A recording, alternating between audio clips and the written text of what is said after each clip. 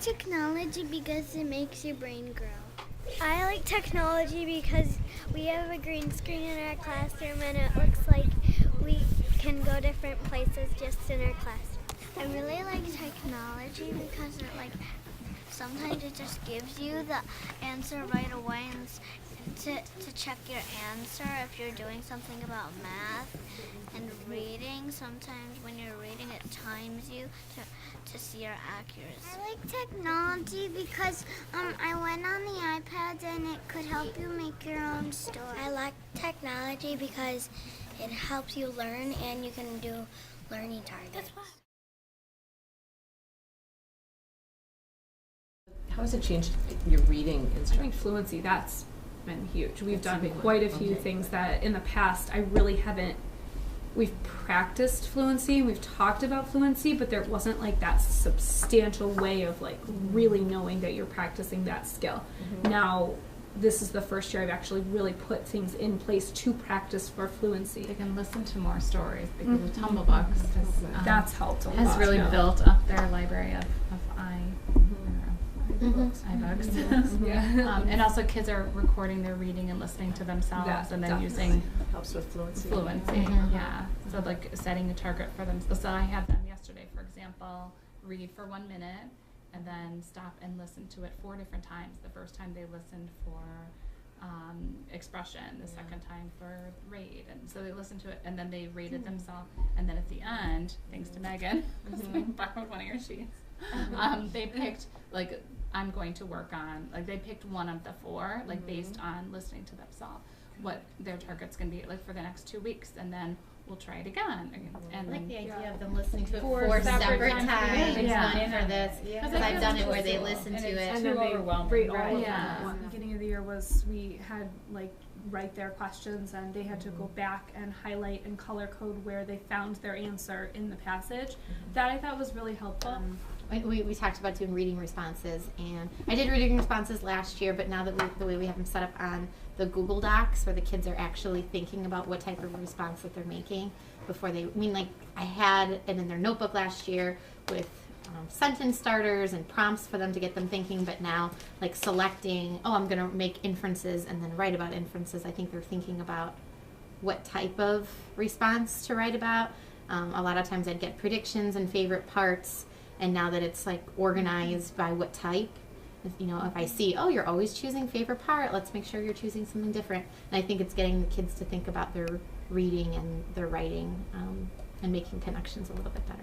With like writing especially, I'm able to give more feedback immediately because if I'm doing centers and kids are writing in their journals, I'm not necessarily checking their journals every day. And so if they send me an email, I'm still sitting at my guided reading table with my guided reading group, but I can say like, don't forget your period, you forgot your period from across the room, and I can give them really specific feedback. They're creating kind of like a storyboard and then voice recording themselves telling the story first using more details, and then from that they're typing in the story, so it's more fresh. They have themselves recorded so they can go back and listen to themselves, and it's really stretching their ideas out more than ever before. And also editing is just so much easier, better. They don't dread editing a paper because they don't have to squeeze things in, start over, or anything. It's just much more clear and easy to do. We can color code and things like that. So writing has been a lot. I've changed my instruction quite a bit for the better. They got to label. So it just makes it real, and they're much more engaged in wanting to write about it, and then they've been telling about it. We tried using iMovie, so like they're talking about it. Just it's working on all of their language skills. Just making it more authentic for them. Just like instead of doing perimeter in the math workbook, they're able to snap a photo with themselves or with their friend and just show how they measured it and then write about it. So it's actually something hands-on, and they'll remember that next year. Whereas I don't know if they would have remembered the workbook. I feel like there's no more downtime as far as there's no filler work anymore, where everything now, if they finish something, I've got a list of apps and I know specifically what target they're working on with those apps, right? So it's a lot more meaningful than a word search or something that I would have given before to do when they finish their work. So it's more, and it's all differentiated because you can change the settings, and and pick what each student's needs to work on. Because even last year, you might have liked to do what you're doing, but since the iPads are so light and accessible, you can just say, okay, quick, go grab it, open it up to iExcel.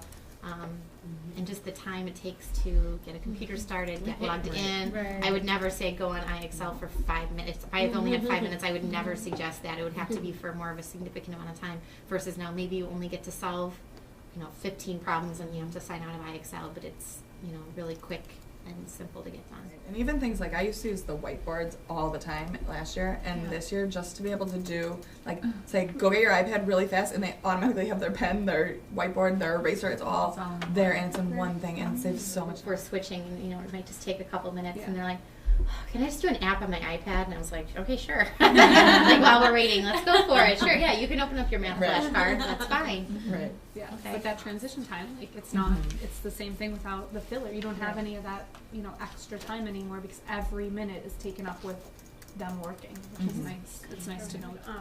Larry come in and demonstrate some different simple machines, and he put a pulley in our room and everything, and the kids, without me even saying anything, started taking videos of him teaching his lesson. So then when it was time to write him a thank you or reflect on this lesson, they were able to go back and watch the videos that they took of him teaching.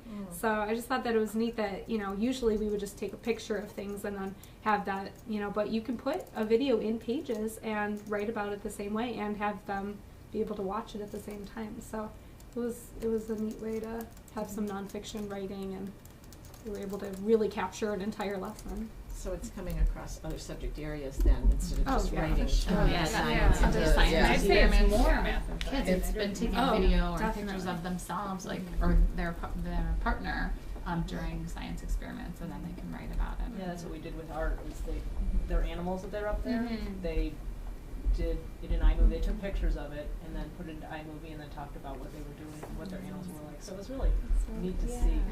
And you just see such a different response and you see that pride, because they decided what picture to take, they decided how to write about it, and they're just, they're so proud of their work, and they're able to have that choice, and that makes such a difference. And I think it's been allowing my kids to express themselves a different way. So if someone's not good at writing, they can do it orally and do it through iMovie. I have a kid that just cannot write anything physically with a pencil, but he's now, because I've just had him writing on his iPad more, is writing these sentences because he can just find the letter and focus on finding the letter sounds. And so it's allowing them to just find their strength, and you can see that they know the content, and then it separates that content and language, which we struggle with so much. I had 3 parents at conferences tell me that they feel so much more in the loop this year than they felt last year, because maybe, if they asked their children, what did you learn today? They wouldn't be able to say, well, I studied perimeter and then we measured this. But they're able to go and say, this is the Reading A to Z book that we read about insects. This is the Pages response that I wrote about it. These are the photos I took of the and they're able to show it right there and show the website, and they feel like they actually know what their students are doing, and that's just seems like a big difference. For all of those response logs that I have with each kid, they're each individual with me and the student, and anytime they're responding, a parent can be attached to that as well. So they would be able to see the same response that, both what the kid is turning in and what my suggestions are to work on. So before conferences ever come, they can already see all the things that I've suggested them